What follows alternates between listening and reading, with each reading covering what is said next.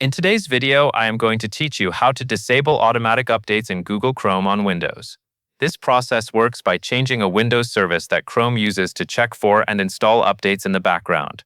You will be doing this inside the Services Management window, so make sure you are signed into Windows with an account that has permission to change system services.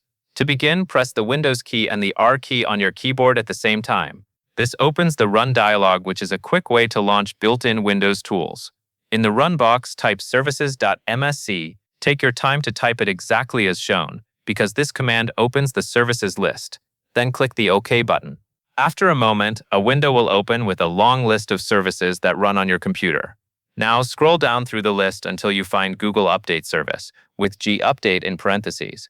The list is alphabetical, so moving down to the G section can make this faster. When you see Google Update Service G Update, right-click on it to open a menu. From that menu, select Properties.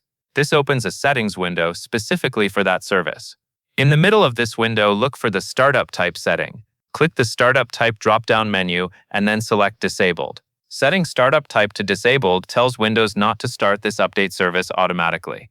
This is the key change that prevents Chrome from running its usual automatic update checks through this service. Next, click the Apply button at the bottom of the Properties window. This saves the change you just made. Then click OK to close the window.